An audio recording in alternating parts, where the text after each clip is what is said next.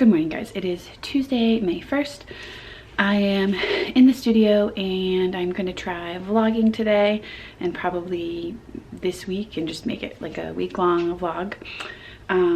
So I am about to get to some kind of administrative work, and I have to call a potential client who sent an email inquiry last night.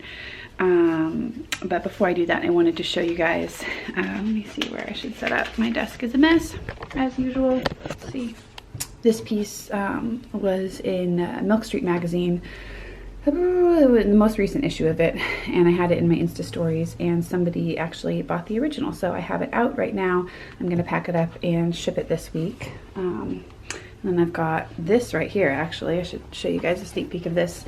A while ago I said I was going to do a comparison of all the different white highlighters, and this is my comparison sheet. So I still have to score them, but it's all stuff like Copic Opaque White, the Sharpie paint markers, Dr. P.H. Martin's Bleed Proof White, different gouaches, Uniball, Jelly Roll, Posca.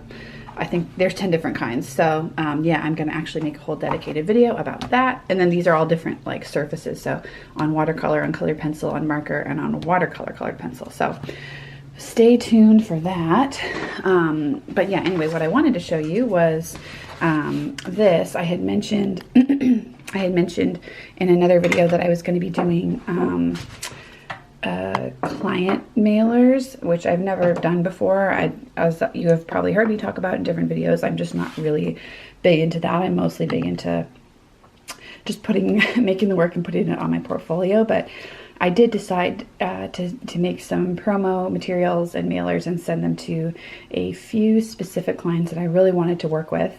And this one, unfortunately, came back because I had the wrong address. So I figured I would just go ahead and show you what they look like. So I had a little sticker of mine on the outside. So inside, I'm going to have to do this one-handed because I couldn't get the tripod to work.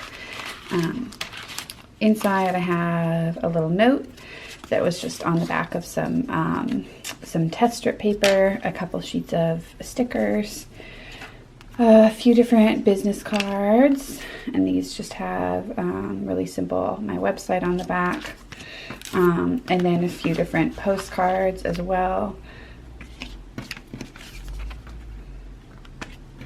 just to kind of show a variety of the kinds of work that I can do. Yeah, and these are an accordion, so they open up like this, and then I'm gonna have to cover up my phone number. Oh, wow. Yeah, and then it's like a 4-panel card. And then on the back, this. So yeah, I tried to make it was primarily focused on stuff that was botanical in nature, so fruits and veggies and flowers. So the whole inside kind of fits in that theme. I've got my contact info down at the corner. And then the back, I wanted to show more like prepared foods, I guess. So foods in different forms than just being on the vine. Yeah. And then some other things, some sweets and some sour cream and stuff. So that was what I did.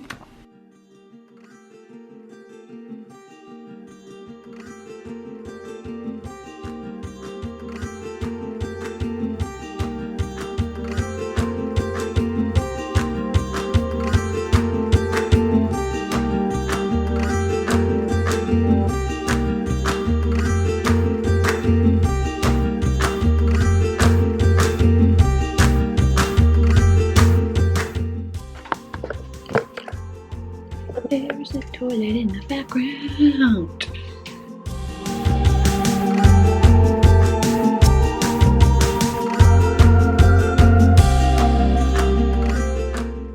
I'm about to cut some of these prints down to size, but before I do, I wanted to show you guys, this is a new print that I'll be offering.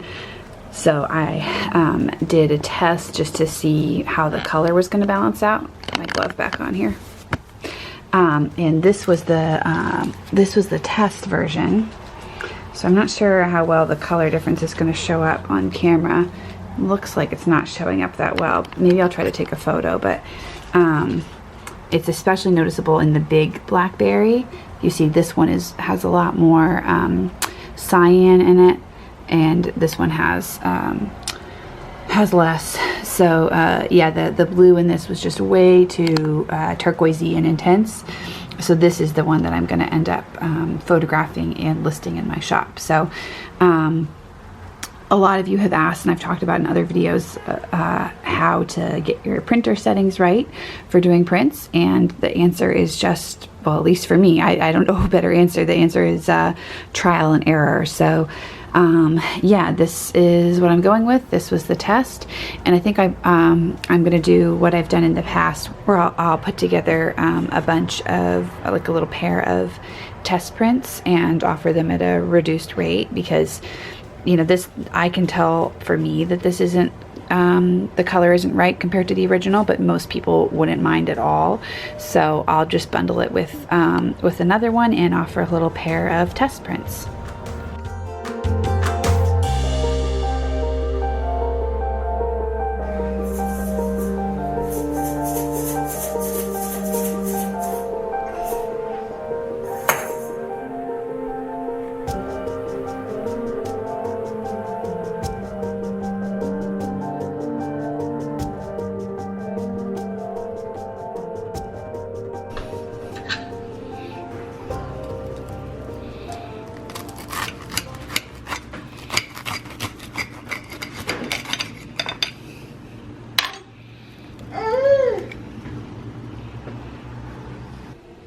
Chocolate on my face because I just ate a cookie. Good morning, guys. It is Friday, and I am just in the process of, well, I finished editing and I'm uploading a video, and I think you guys are going to see this vlog next week because I'm going to try to film some tomorrow too, so it's a full 5 days. So the video that I am currently uploading, you will have already seen. It's 20 minutes. It's pretty long, but it's all about timelines and how to put together and estimate how long a project will take you, and how to present that to the client in a way that makes sense for both of you. So that is uploading now. I have a feeling it's gonna get like 20 views because it's so long and boring, but it is like super helpful information, and well, I think it is. It's information that I really wish I had been able to find online when I was first starting. So even if it gets like 20 views, hopefully it will really help those 20 people. So anyway, that is going up now. It should be up by noon today. And something really cool happened overnight. I have been kind of on the cusp of it for a while, but my channel reached 20,000 subscribers last night. So yeah, that's just a big, huge thank you and a virtual hug going out to all of you guys. So yeah, thank you a million times over to everybody who has subscribed, and for all the love and nice comments and feedback and support you give the channel. So yeah, I am excited to see what's next. All right, it is a bit later now, still Friday. I am hanging out with Penelope. We're gonna go out for a walk shortly. But before we leave, I wanted to mention, oh my gosh. But before we leave, I wanted to mention a question that had come in on the video that I just posted, which is the one on making timelines. The first installment in the hi. Are you gonna come say hi? Hi. Yeah. Hey.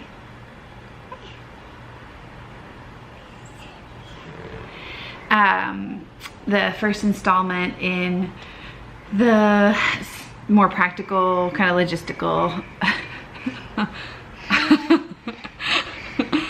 Hi. Yeah. She never gets to have any screens. So this is a treat.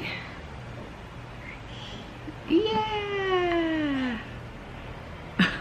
Oh my gosh. I'm very distracted right now. Anyway, oh, are you gonna sit down? Are you gonna sit with me? Please don't pee on me. He has no diaper on right now because it's really hot.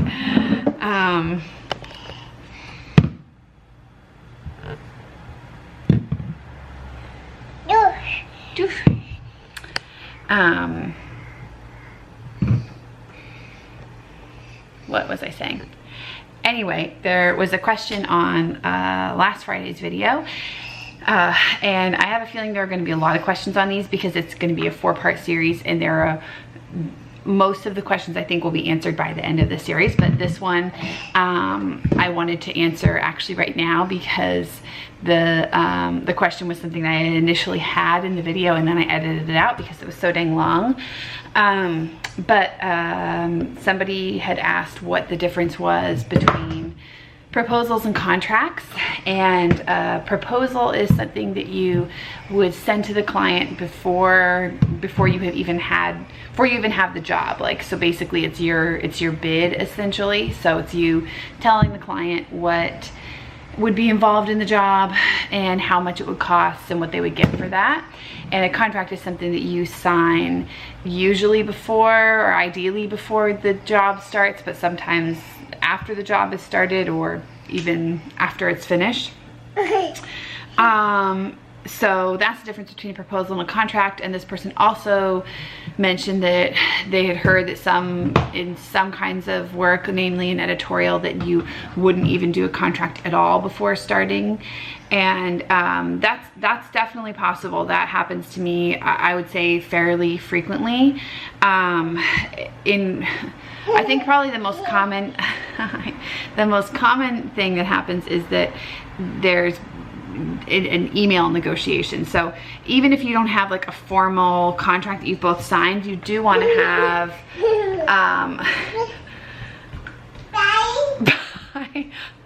no, come here, come over here. I'm gonna have to bleep this out so your butt doesn't end up on the internet. Come here, come over here please. Yeah, come here, stay by the window please, don't go on the carpet. Yeah, stay right here. Thank you. That's nice. Thank you. Oh, thanks for that dirty sock. Thank you. Anyway, so you want to have some kind of written record of the agreement, basically, like what you're going to make, what the terms are. So even if you're not signing a contract, which definitely is, if it's something that has a really fast turnaround, you're not going to go through all the rigmarole of like making a timeline and all that. If it has a 24-hour or 48-hour turnaround, it's just not practical. Now, sometimes I will have editorial clients that will send me their own contracts, and if that is the case, even if it's a really fast turnaround, you always want to make sure to read it really carefully before you sign it. I think I can't remember if I mentioned this in the video that was posted on Friday or if it's in this coming Friday's video, but I have had situations where editorial clients were basically just asking for a complete buyout while still paying editorial rates, and that's just crazy, and you should never allow that to happen. Yeah, that's crazy. Yeah, I'm trying to think if I answered that question. Yes. So you might have some situations where there isn't a formal proposal or like a formal contract that you both sign, but you should still have some kind of agreement of like what the terms are, what they're getting, what they're paying, what you're producing, and that should all be like in an email. So even if you're the type of person who talks to clients on the phone, I am not. Most of my stuff is done over email. Sometimes if it's like a really big project, there'll be stuff that's done over the phone, but most projects are done over email for me. But if you were going to have stuff over the phone, you would still want to ask the client to send, you still want to have some kind of written record that you can refer to, because basically if you don't have a contract, that email chain essentially functions as your contract. So yeah, hope that makes sense.